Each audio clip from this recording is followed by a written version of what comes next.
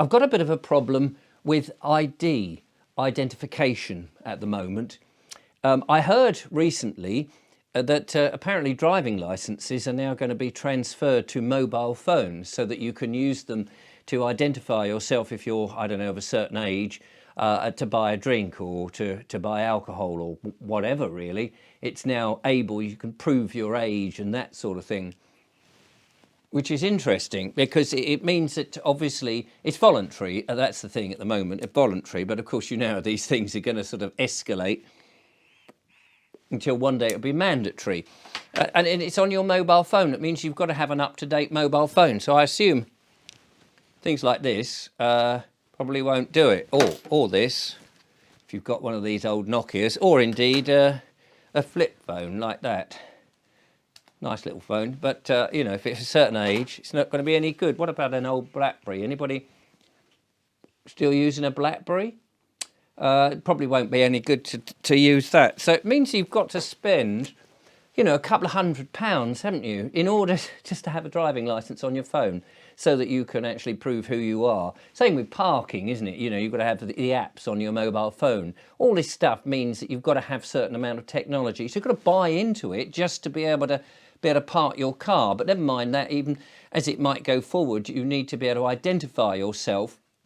And it may be that you have to do it via your mobile phone. This is part of that sort of, you know, digital upgrade, isn't it? Where we're all going to be a digital thing. But you see, I have a problem with identification anyway. How is it that a photograph and some words on a bit of paper can actually identify you, or even something on a mobile phone, even if you've gone to the expense of purchasing one and going through the rigmarole of telling people who you are, and then they send you something that goes on your phone so that you can do all of that business.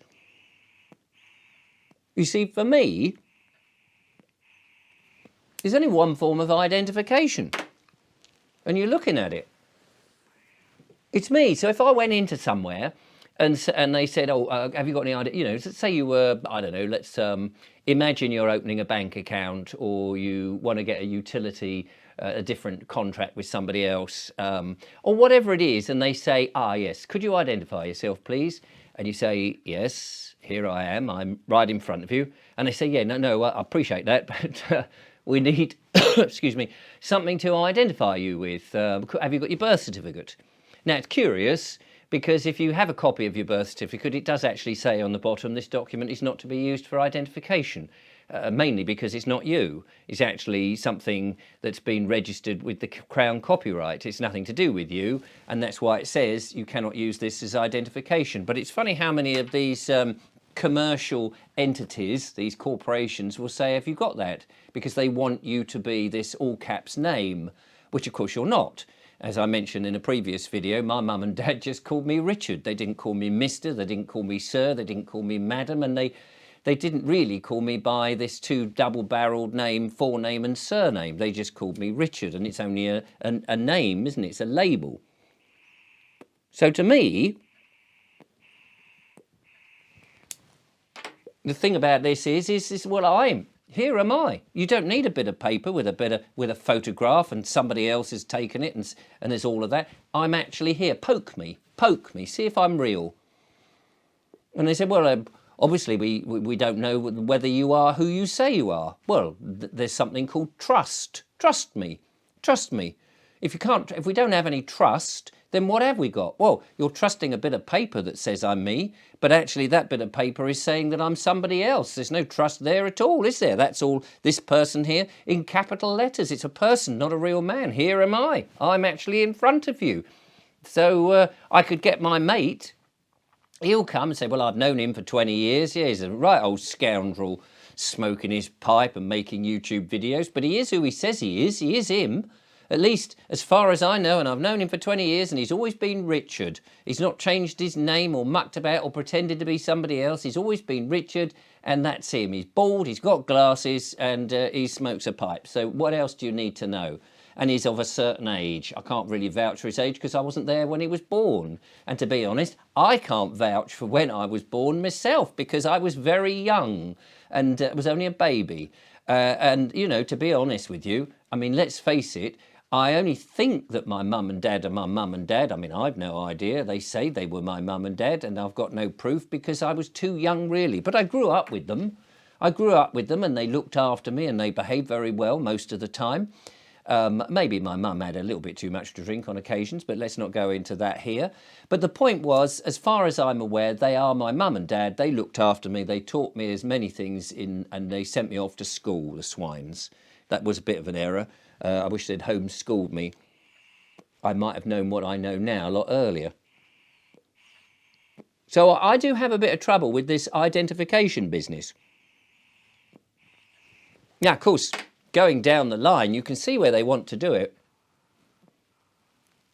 They don't want you to be who you think you really are, or who you know you really are, like me, a man, a living man, Richard. They would like to tag you with something, and the mobile phone is clearly the beginnings of that. Firstly, it's voluntary, then it'll be mandatory. And if you're in their system of legislation and jurisdiction and all that sort of nonsense, if you're in their system, they'll tag you and you'll continually have to be a person, a dead entity, a legal fiction that you're not really.